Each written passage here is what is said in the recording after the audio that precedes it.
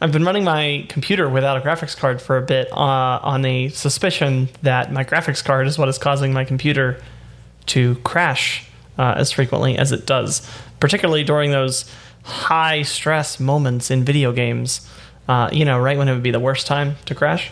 So have you been able to play Guild Wars without a graphics card? Yes, everything is basically on low, and I admittedly have not tried fractals, so for all I know, once I get into a fractal, things are just going to chug. But I have not crashed. I admittedly, again, have not played much, but I feel like I've done a few things that I would expect a crash to happen since taking it out. So I'll probably, if it doesn't crash next time we do fractals, I'll probably try to put it back into a different PCI slot and see what happens there on the off chance that it's the slot. But chances are it's actually a graphics card, which means my lovely GTX 970 may be end of lifed. Yeah, it's both a blessing and a curse, right? Because you know what was causing it, but good luck getting another one. It is literally the worst component to break right now. Yeah. I'd rather have to buy a new CPU and I'd rather have to buy everything else in the system. I would literally gladly buy every other component if I could keep the graphics card. If you're not too picky about like how nice of a graphics card you get, can you get one? Like if you wanted a 1070 or like a 2060 or 3060 or something, like something that's not like top of the line, could you source that? So you could get, just looking at like Newegg and stuff, I think you could get some of the 30, the NVIDIA 30 series, but you're going to be paying like 2 or 3 times MSRP. Yeah. The other thing, Mario, I have a 970. If you're desperate, like you can have it. I don't know if I'll ever be desperate, but yeah, if whenever I put this thing back in, it then continues crashing, that might be the next thing, is ask you to send yours along and see if that fixes things. You weren't having any problems with it, right? You just upgraded. I just upgraded. Yeah, the other thing I would say is, don't you have a different graphics card, like a really cheap low-end one? Yeah, I have one that I put in my home server. I gotta remember what that is. I would almost suggest that one in the slot that you think it might be, just to only change one variable at a time. Well, I guess that would be 2 variables. No, that would be only 1 variable. That'd only be 1. I mean, I'd get the same thing if I put the existing graphics card, the 970, into a different slot, wouldn't I? That's true. I guess that's true. Because then if you still crash, it's still the 970. Right. If I still crash with it in a different slot, then it's almost definitely the 970. But in your test, if I were to try with the what is it? It's a GeForce GT 710 that is in my home lab right now. If I were to try with that and it crashed, then it's the slot. I mean, in all likelihood, it is the graphics card, not the slot. But I know, but I gotta hold on to a little bit of hope.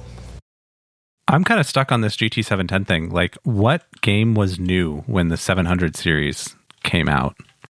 That is a good question. Let's look it up.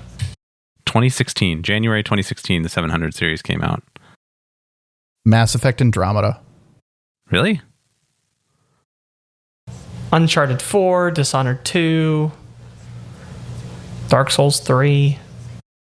Yeah, Mass Effect Andromeda came out while I was working right after college. So, Oh, The Division came out. The first Division? That's what it says in Wikipedia, at least.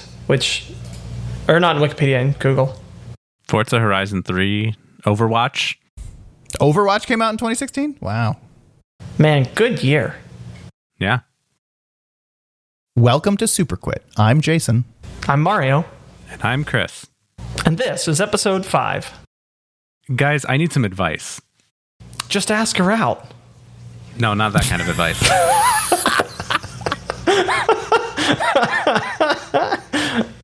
I'm looking for some advice on productivity systems. Oh, that's a very broad term in my mind. Okay. Was it meant to be broad? Well, I guess sort of. I am in between systems, I guess, and by in between I mean I don't have a good one.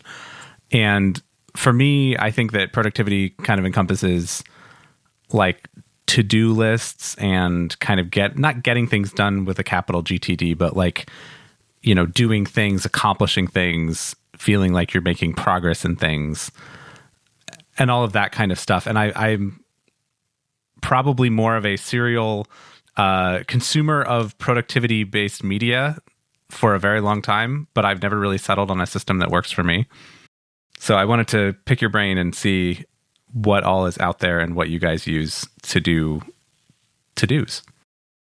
So maybe you can help. What has been your journey thus far? So I started out reading Lifehacker in a long time ago, probably in college, back when Lifehacker was kind of good. Actually, maybe even in high school, even before that. Like I learned about portableapps.com, where you could put all of your apps on a flash drive and take them around to different computers when they didn't have Notepad++ installed and you really wanted to use it. Those were the good old days. But anyway, they used to have a lot of things about, David Allen's Getting Things Done, or GTD, which is where you have like this bunch of index cards that you carry around in your pocket and you write stuff on them and then you review them and all that stuff. And I never did that, but I was always a little bit fascinated by kind of these systems, right? And all these things that people build up around their productivity, I guess their habits. I don't know. Yeah, I think that's a good way to put it. And then I've also flirted with the like bullet journaling and that kind of stuff, which I think is a really cool idea, but is also really intimidating because if you start to go down the bullet journal rabbit hole, then you find a bunch of people that use 47 different colors of ink and lots of artsy things that I don't really have. So that's a little intimidating. And then I recently got an iPad with an Apple Pencil, and I love it to be able to write on the screen and do all of that. But I haven't really settled on a digital note-taking solution for that either. So it's been a bit of a winding road for me.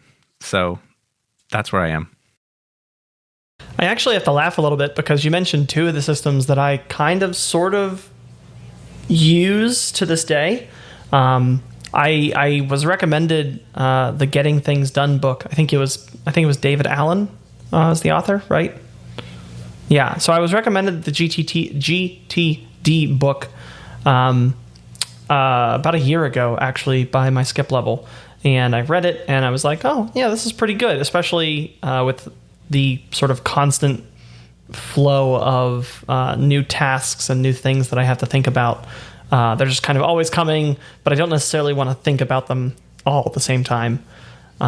So for those that don't know, Getting Things Done is the name of a book and a method that sort of prescribes this flow, I guess, of tasks and of inputs, basically. So everything that comes across I think it was originally written when paper was much more prevalent everywhere. As soon as something comes across your desk, whether it's an email or a Slack message or something that you have to deal with, immediately you sort of just capture it. The goal is just write it down, have it written somewhere. From there, it could just, if it's something that will take less than 2 minutes to deal with, just do it. And this is the 2-minute rule. It's kind of a big concept. If it takes longer than 2 minutes, then you categorize it. You either say, okay, I will someday do this. I will delegate this to someone else. I can't do anything with this until someone else takes an action, or it just goes on your to-do list, what is called a next action. And there's this whole system for like reference materials, and this is actually where there's an old productivity website called, I think, 43 Folders, and that website name, that concept of 43 folders, came from the Getting Things Done method. So I read the book and I was kind of strictly adhering to it for a while, but then eventually I morphed it into this much looser system of these are things I actively have to do. These are things I'm waiting on someone or something to do. And these are projects or larger multi-task intents that I'm tracking. And usually I manage all of that either through Google Keep or Trello or something, depending on depending on the aspect of my life that I'm trying to track. So how did you get there, Mario? Because I know that you have done other methods in the past. So when I was in middle school, and I'm dead serious about this, that's an actual introduction. When I was in middle school, they handed out at the first day of school a very nicely like printed and bound agenda. And this was the big thing. You have to carry your agenda. That was like the big thing, right? That was your passport. And so like from that point, I was sort of indoctrinated into this idea of managing my tasks very, very early on. And so that I used all through school and something like that in high school. And then in college, I can't remember exactly what I did, but I think I just had like a text file, a literal to-do.txt sitting on my desktop that if something came across, I would just write it down and I had a list, literally in a text file. That worked for the most part in college, and I would subdivide that as needed. And then I would switch whenever I graduated. Since I've been sort of in the workforce, I've vacillated. Is that the right word? I've vacillated between a few different things. Bullet journaling in an actual like moleskin notebook that I actually have right here next to me. Most recently, I'm using Google Keep for certain things. I'm using Trello for tracking stuff at work. So it's kind of just I don't feel bound to any one technology. I recognize that there is friction and that there's effort to migrate to a different system, but I also like to keep myself flexible and fairly lightweight. So if I get to the end of a month or some natural transition period and decide I want to try something else, I really don't feel that big of I really don't feel like it's a big deal to try something else. I think that's a really important piece to this whole thing, is that you just said that you're willing to switch between things. I get very nervous that like I want to set it, find my system and do it forever so that I have, for some reason, and I don't have any reason to back this up, but so that I have history, right? So that I have this stuff that goes back for like an entire year. And like I've used this notebook and I've picked this, thing, and I've filled up all the pages and all with the same system or a similar system, and it's all perfect, and I've done it and it's here. I don't know why. I don't know who's going to look at it, but that's what I feel. I had that feeling for a while as well. I felt like I needed like some way to know that I was getting things, like just some way to like validate that I was being productive. And I found that like after a while, it didn't matter so much that I had a history, but then I just had something to check off. And because that feeling I thought would like building this history would matter to me, and it ended up not mattering at all. What mattered more was like the act of crossing something off, and that like gave me much, much more satisfaction than looking at all of the things that I had crossed off in the past. So I ended up not caring as much in the long term, and I have a feeling that you're putting more value on something that may not matter. I've also been there, right? There's something very attractive about looking forward 20 years into the future, and I see this little array of filled notebooks on my shelf. But then there's the more minimalist part of me that's like, you're never going to read through those. Why would you bother keeping any of that beyond, a year or something?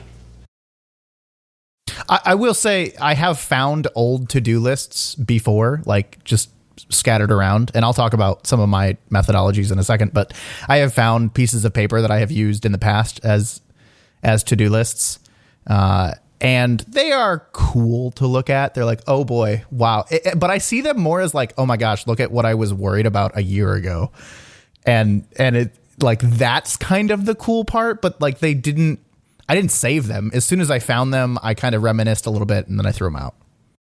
Maybe there's a lesson there to be, or a discussion there to be had about journaling and writing things down. But anyway, you were saying, what is your approach here, Jason? Yeah, I have a very similar start, Mario. I got the same kind of agenda. It was like 8.5 by 11 sized, bound, cool, shiny front that you kept the whole year. And that was like, you were supposed to write down your homework. You were supposed to like each teacher, like as we walked into each room in grade school, like on the board would be write this in your agenda, was always like the first task of the day. And like the agenda was separated into different like subjects that you would, be working on. So that was cool. And that did start kind of my to-do list journey as well. In high school, they no longer gave those agendas out. So I had to kind of come up with my own system. And what I settled on in high school was actually a Word document that I had all of the things that I had to do weekly kind of pre-printed on them. So I imagine like 3 columns, and like the first column was like a double-spaced bulleted list where the bullets were squares that I could actually physically check off. And those would be kind of pre-printed because I knew I had to do those things every week. And then the next 2 columns would be just like blank lines. And that worked really, really well for me because I had a lot of repeat tasks through high school, and this kind of followed me into college. And that I liked a lot. And every Sunday or whatever, or anytime I would fill up or whatever, I don't remember the frequency. I would just print another one. If I had filled up before the end of the week, I would just print another one and check off what I needed to check off. I liked that a lot. Again, those are the kinds of things that I like find laying around. I found the actual like document, like the Word document, like shoved away in my Dropbox, which I no longer use. But I was looking for something a few weeks ago, and I found the document, and it was a blast from the past. It was really cool. But past college, I'm kind of like Chris in that I never settled on anything, but I think I've found my method, and it's a very weird like conglomeration of a lot of different productivity medias that I have consumed, right? Like I've done a lot of the reading. I've read the Getting Things Done book. I've read a lot of different other books on productivity. I've read a lot of books on managing time. So like they're all kind of combined up into the thing that I have done now. The thing that I found most frustrating about any piece of software that I would ever use for task management was that it often took me longer to log the thing than I cared to do. I hate that. Yeah. And I get like the 2-minute timer for getting things done is like really cool. And I still kind of subscribe to that theory, is if it takes less than 2 minutes, just do it. But like the reason that was there is because the system itself took 2 minutes to log a task and, write the note card, store it, figure out where it go, right. All of those things. It took like 2 minutes, but for really long tasks, it was really important. I have found that like taking 2 minutes to log a task, there's no way. I'm just not going to stick with that system. It's just not going to work for me. If it's just me on the project and I can manage it in my head, I'm just going to manage it in my head. So there are some times throughout the year that I am not busy. There is not a lot going on, and I don't have a to-do list. I just know what I have to do. It's just in my head. I would say that's probably like 10% of the year. Past that, I go to a OneNote, just kind of like in OneNote, I'll just have my to-do list, and that's it. Like it's just a list of bulleted things that I know that I have to be working on. And that's probably like 80% of the year. Then there's like the part where I'm like so busy, I don't know how to think. And it's very, very strange. But during those times, I go to handwritten to-do lists. Interesting. Yeah. I think it's a stress relief for me to like physically have something in front of me. It also is it's a much, much more gratifying thing to physically cross something off. So that's why I think I like regress, maybe, I don't know, back into like this written form. But what I do is I actually just get straight up printer paper, like plain 8.5 by 11. And that's my to-do list. No lines, like, so I can diagram or write notes or annotate or whatever.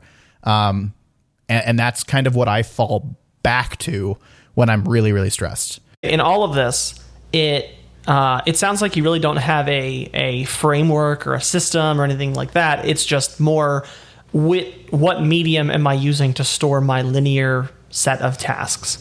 Whether it's in your head as just, in your head, or is it written in a document? Is it literally just written with a pen on paper?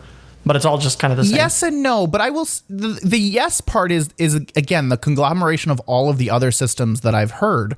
Right, the 2-minute thing. Don't even write it down. Just do it. That comes from getting things done. In terms of lists, right? When I say I'm tracking my own list, I also track the things that I've delegated. Again, can I remember it in my head and know to follow up on it in a week? Sometimes yes. If I can't, there's a list in OneNote for someone else, or for things that I'm waiting on, or for things that I know I've assigned to other people. And that typically never comes into written form. But the last piece of this that I really subscribe to from the getting things done is that things, when they get written down or noted in your mind or whatever, need to be... I'm not so strict as to like it needs to be written down as the next action, but you need to already have identified what the next action is. So anytime I'm doing anything, whether that be tracking something in Excel for a team or writing something down on my own to-do list or emailing someone in an email asking them to do something, I am a huge subscriber to the what is the next action kind of like task-oriented mindset. Yeah, that was one of my favorite parts about the thing was like, okay, if you're writing it down, if you're remembering it, whatever, it has to be this actionable, concrete thing that you can say, this is literally what I am doing next. I think so often it's just like, oh yeah, that is I know I have to fill out that form and mail it in, or I have to do whatever. It's like, all right, I don't actually know what the next piece of that is, but it's this vague notion of a to-do. Taking the time to actually think, oh, well, I don't actually have the form, so the next thing I have to do is really go find it online, print it out. Just having that gives you so much more clarity, and I think it makes it easier to start chipping away at those things. Yeah. Right. So that the resistance to getting started on some of these things is not because you don't know what to do. It's just you already know what to do. It's literally written right there. Yeah, I think a few weeks ago, I think the three of us were actually in a Discord channel, and maybe it was someone else, but Chris was definitely there, and I was just like, hey, we've got 6 minutes. I'm just going to get this thing for work, like just, taken care of. Mm-hmm. And he, I think, Chris, maybe you were amazed that I could just pick something up for 6 minutes, do it, and then, like go on to the next thing. But that is because when I write something on my to-do list, again, I'm not like specifically writing, this is exactly what you need to do, but I know in my head, I've already thought about and associated that task with a next action. Yeah, I was absolutely flabbergasted that you had a list of things that you knew that you could do within 6 minutes specifically. Like you were like, oh, like for me, if I have under 10 minutes to do something, I'm like, okay, well, I can think about these things. I can process through some emails, or I can, try to open something up and put something together in PowerPoint or review a little bit of code. But I don't, as you just see from that scattered list, I don't have a list of like short tasks. And that's probably my biggest downfall, is that I should find some kind of way to capture these short things to do, like almost like a list of like, okay, you have 20 minutes between meetings. What thing or things are small enough and chunked up enough that you could actually accomplish something in that short amount of time? Yeah, and I would say that question is less about how you store those tasks and more about thinking about what the next action is as you're putting it on the list. Because you can we're smart people. As you're writing it down or typing it out, you can think about what is the next task. You don't have to write it. You don't have to note it. But your brain has already kind of done that processing on like, okay, I just need to go to the website and find the form. Or, I just need to, edit this document and resave it as a PDF, right? Like whatever it is. If you've already done that processing, when you go to look at that list, it is a much more relaxing experience.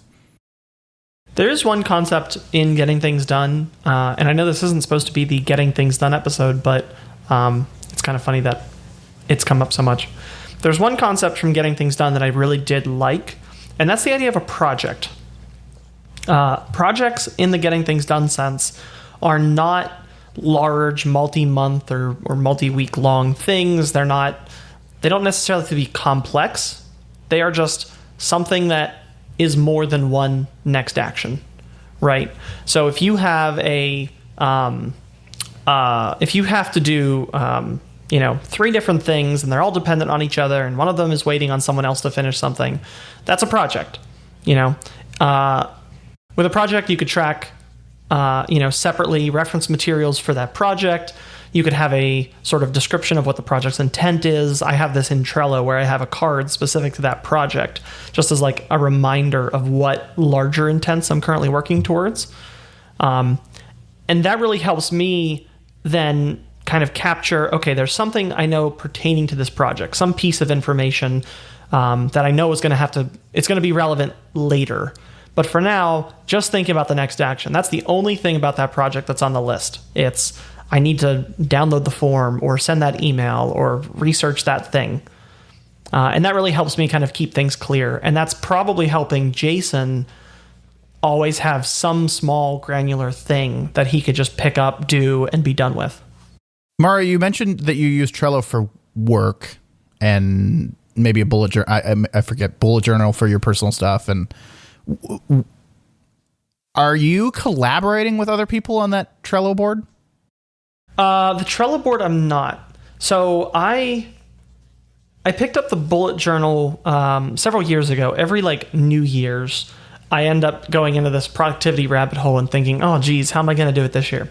And a few years ago, I discovered bullet journaling, and I've kind of been on and off for that. I have tried to keep both work and personal tasks in the same notebook, but I found that copying things over, the mixed concerns, it just doesn't work for me. The idea that in one notebook I have a grocery list and right next to it I have an architecture diagram of something that I'm thinking about. I just don't like it. It seems messy. So my bullet journal is just my personal things and some tasks that I'm tracking for the organization that I'm involved in. All of my work stuff, I've decided I want to keep it on my work computer and on my work G Suite account. So for a while, I was just using Google Keep. I had several lists kind of ascribing to the getting things done method. Then recently things got a little more complex, so I migrated those few things into Trello. That Trello board, it's just one board right now, is just for me. I'm the only one that has access to it. And I have one board that has several lists. I think it's next actions, waiting / someday, projects, and I think there's one other one. But that's really it's just my to-do list. If there's something that comes to mind that I know I have to do, make a card for it, right on to next actions. If I am in a meeting and something comes up, someone says something, and I know there's something I want to do about it, but I haven't thought about it yet. I don't put that directly into Trello. I actually still use Google Keep. I'll just create a quick note, a Post-it note, write it down, move on. Someday or soon after that meeting, I'll go back and look at that little note that I wrote. But I'm not trying to distill those things into tasks in the moment. So that's kind of getting things done style with an inbox. Kind of, yeah, exactly. It is. I'm using this even with my bullet journal that I'm using for my personal life. I am still using Google Keep for the inbox. Whatever comes up, if I'm sitting watching a TV show, I think, oh geez, just randomly oh yeah, I need to buy new undershirts or something. Write it down on my inbox, move on. I don't need to carry my notebook with me or anything. It's just a thing that I remember I have to do at some point. That dumping ground is really, really important. I found that is a huge thing for me. Just being able to get it out of my head. Yeah, I agree. I do that literally with my inbox. I subscribe to zero inbox, the idea of zero inbox, right? Getting your inbox totally empty. And I'm really close. Right now, as of this moment, I have 2 personal emails in my Gmail, and I have, hold on, let me check. I have 9 work emails in my inbox for work. So if something like that comes up, during a work meeting, and I just don't have time to think about it right now, I don't have time to think about a next action, I do the same thing, but I literally just send myself an email with the subject line. And I know that as I'm like trying to go for zero inbox, that action's probably or that thing just needs to be thought about, kind of categorized in my head, maybe written on a to-do list, maybe forwarded to someone else for someone else to take an action. But I do that later when I'm, dedicating time to getting things done with lowercase letters. Right. And that's weirdly, maybe not weirdly, that's conveniently an aspect of the getting things done capitalized letter method, is that sort of review, whether it's weekly or at the beginning of your day or whatever, where you're processing that inbox. I don't separate work and personal as much. I would say I keep my personal stuff typically in the same OneNote document. I call it hot lists, like things that just need to be done, like things that I should be looking at a lot. I keep both my work. I keep the lists separate, but I keep them both in the same document. I'm just generally always looking at that document. So I just keep them there. I do separate my inboxes, which is a little weird. Personal inbox versus work inbox. So depending on what the task is, I might email myself to a different email, but it really doesn't matter that much. I've struggled a lot in thinking of ways to keep things in my work ecosystem. So I'm not necessarily keeping completely separate devices, but trying to keep separate apps or separate tools, especially things like Microsoft To Do integrates with Outlook To Do and also integrates with the online Office 365 version of the same To Do. And I believe the history of Microsoft To Do is actually that they bought the app Wunderlist several years ago and then turned it into Microsoft To Do. So I know that people that kind of move in productivity circles get a little bit bent out of shape about that. But I kind of want things so that I can get reminders to show up on my computer, on my work computer. And the only way I know how to do that is to get them into Outlook. And the only way to get them into Outlook is to use Microsoft To Do. Have you tried Microsoft Planner, which is essentially Trello, but built by Microsoft? I have seen it used in the Teams before, but I have never actually used it myself. It integrates with Teams really well. So if your work environment is Microsoft with, Teams and all of that, I personally don't use Planner, but a lot of people at work do. And it seems to be a reasonable competitor to Trello. Does it have an iOS app? Looks like it. This is actually kind of nice. My company is all in on Google and G Suite, and it really surprises me that Google does not have a Trello or Microsoft Planner clone at this point. Yeah, it's so easy to code. It seems so easy to build. But that is an interesting problem, Chris. The idea that you want to sort of have your work tasks sort of accessible. You want that system to be accessible, whether your computer, your phone, wherever. So then you have to consider, what is the mobile experience or what mobile apps are available. Yeah, I found myself really into the Apple Pencil lifestyle on the iPad. I have an iPad Air and I have an Apple Pencil, and I really like writing with it. And I guess I should back up a step and say, when I was in the office, I would always walk around with a steno pad, right? Which is one of those flip over pads, kind of like reporters use. And it's got the one vertical rule down the middle and then it's lined. And I would carry a steno pad everywhere and use it as basically scratch paper, right? If I was sitting in a meeting, I would take notes on the meeting and I might reference them for the next day or two. And then I would, the page would turn and I would just not really reference them much anymore. But sometimes I would. And then whenever they got full, I would just dispose of them because it was all scratch paper, all temporary notes. And it was really important to me to have that. And now when I have the iPad, I actually just use the quick note feature, where you can tap the lock screen and it opens up a note on my iPad. And I use that with the Apple Pencil just to jot down stuff. And then I'll go through and delete those occasionally, although not as often as I probably should. And that's probably one of the biggest things that I'm missing is the step where you review, where you go back and you say, okay, what do I need to process? What do I need to deal with? That's just not something that makes it into my routine. And maybe that's my ultimate failing here. Yeah, and I had that problem too, which is why I went to doing it in my email. is because like managing my inbox was already part of kind of my routine, my habit. And I found that if I put my inbox of tasks somewhere else, I did the same thing. I never kind of did that review, that regular periodic review. And it helped a lot to put it in a place that I already was. Chris, I know you're not in the office anymore, but do you not have a pad of paper in front of you all the time now? Get this man some paper. So when we first started working from home, I actually bought a 12 pack of steno pads because I no longer had access to the office supply closet.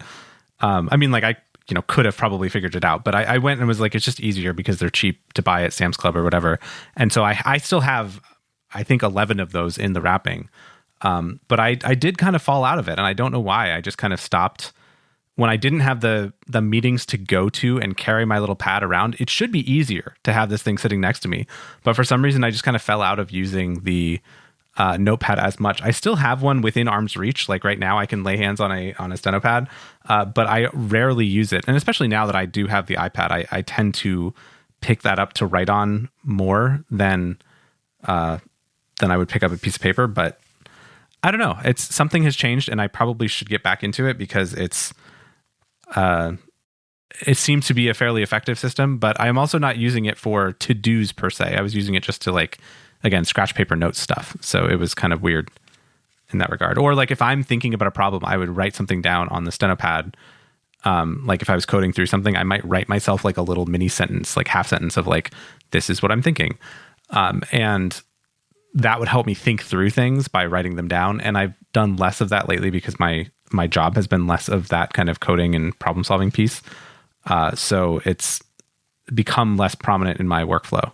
Yeah, I would say it wasn't your place to track your to-do list, but it sounds like it was, again, a place that your mind went often.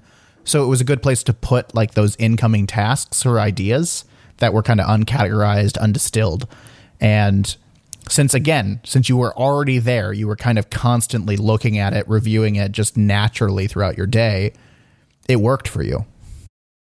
There's definitely something to be said about the written, handwritten, pen on paper, pencil on paper notes and note-taking methods that, a digital capture method, really just can't hold a flame to. The fact that you need pen and paper and you're not relying on an app or a back end or an API or authentication or some company's monetization or whatever. It's here are the very simple tools, build the framework around that, something that is never going to go away. I really like that. And I think as Chris has illustrated, the fact that he could just real quickly pick something up, write it down, not care about the longevity of it, I think that has an immense value that we're far too often sort of eager to get rid of in favor of a digital tool.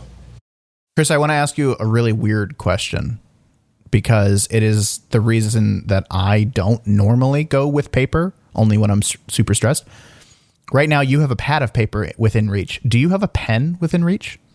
Technically, yes, but it's not with the pad. I have, on my left side, I have a piece of paper that I can grab, or a pad of paper I can grab. On my right side, I have a cup full of pens, and none of them, I'm looking at them right now, none of them is my favorite pen that I would want to pick up to actually write in this notebook. That's the problem I had. When I was at work, yes, it is so weird. When I was at work, it was part of my morning routine to fill my pockets, phone, wallet, my favorite pen. It would go in my pocket. I had 5 of them, but I would always make sure I brought it to work. So when I was writing stuff down, it was always a pleasure to write stuff down, and I would do it willingly. But now here, sitting at my desk, I do actually have a pen within reach. I would rather type the note. Why do you think that is? Because nothing has changed. You have the pen. You could have the paper. I don't do a morning routine to get ready for work anymore. I come and sit down at my it's the pen's downstairs. If I need it, I'll go grab it. But I don't bring it up. I don't have my wallet on me because I'm not going anywhere. I'm in gym shorts right now because people only see the upper half of my body. the morning routine for me when I don't go to work is so different that I just don't grab that pen anymore. I want the record to show that I get dressed up for our podcasting sessions. Noted. I think it's interesting that during these unprecedented times, your routine has changed, and that in turn changed your note-taking habit.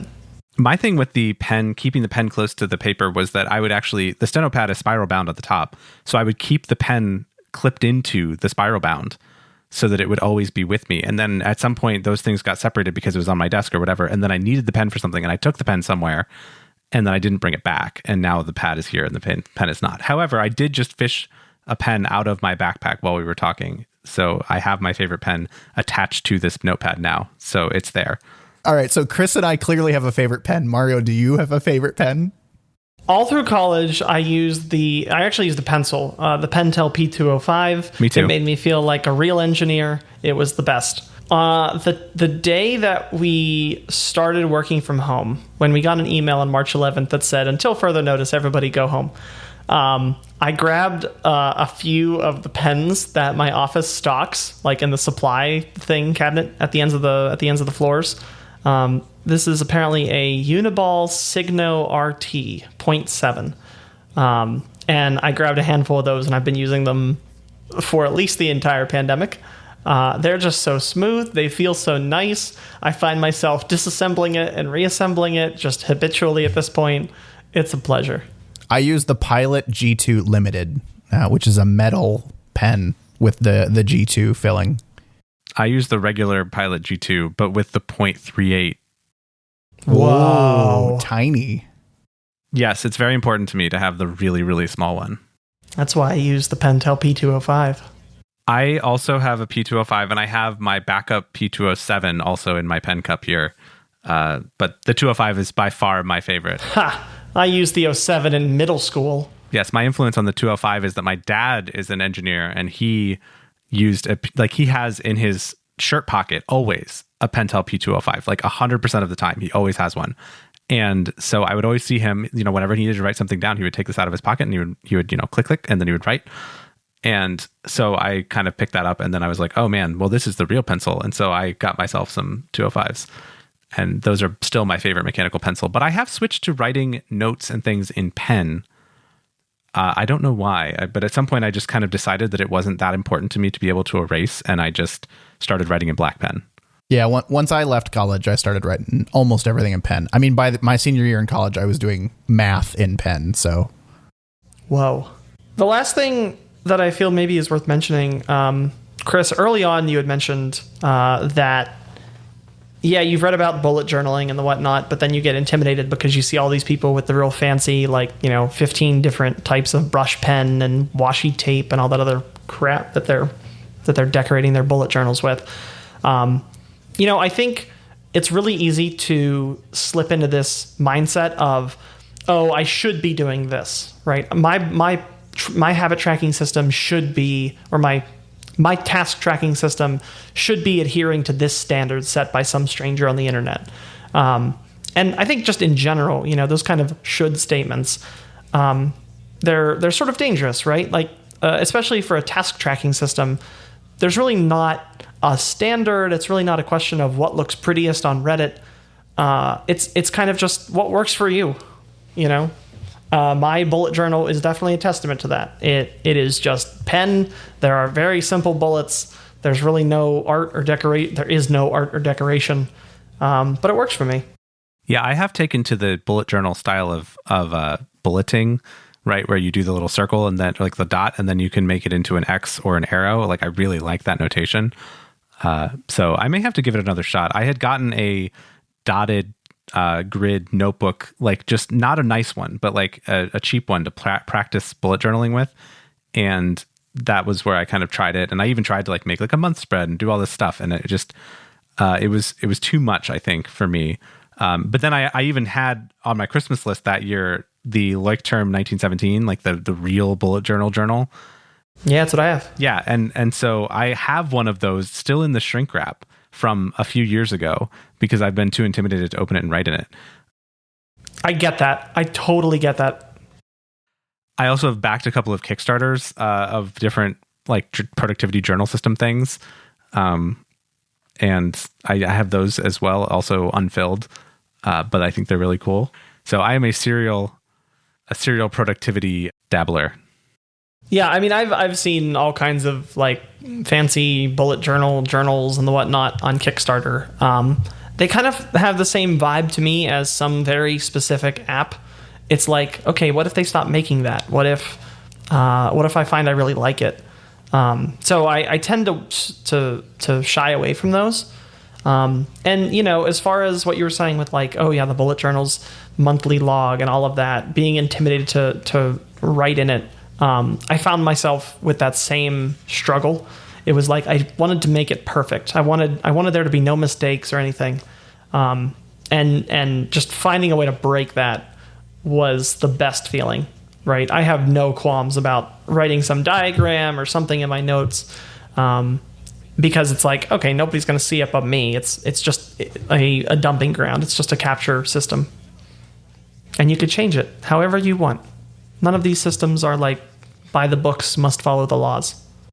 All right, I'll try to take that to heart. I will try to get over this and maybe write in one of these several journals that I have with some tasky notes. I mean, as I talk about this, I'm coming up with an idea for the app that I want to write about managing a task list, which of course is a terrible idea because that'll just turn into its own productivity rabbit hole. You'll need a task list for writing the task list app. Yeah, I know. And so it's all swirling because I really like handwriting things and I really like seeing, I don't know if I like seeing my own handwriting, but I like writing things with my own hand, but I want it to be digital. And I can do that on the iPad. It's just that I haven't found something that like allows me to quickly write and not have to worry about, oh, did the OCR pick this up and all of that. So that's where I'm starting to kind of noodle on this. I don't think I will actually write something, but if I was going to write an iPad app, that's probably what I would try. All right. Well, for all 7 of you out there listening, thank you for being loyal listeners. This is episode 5, which was actually kind of a milestone for us. And we may be making some investments into the podcast. But we are really trying to grow it. We would love to have a larger audience. So please share it with people that you know. You can get it from any podcast app that you kind of use. And you can access us directly at our website, which is superquit.libsyn.com. If you have any advice for me on task systems or just tell us what you like, you can go ahead and give us some feedback. And how do they get in touch with us? They probably know us. Hi, Mom. Reach out and let us know what your favorite task system is, and we'd love to hear from you. Thanks for listening, and we'll see you next time. How many times has this happened to you? Johnson, where's that report I asked for? I'm sorry, Mr. Jones. I'll have it by the end of the day. You better.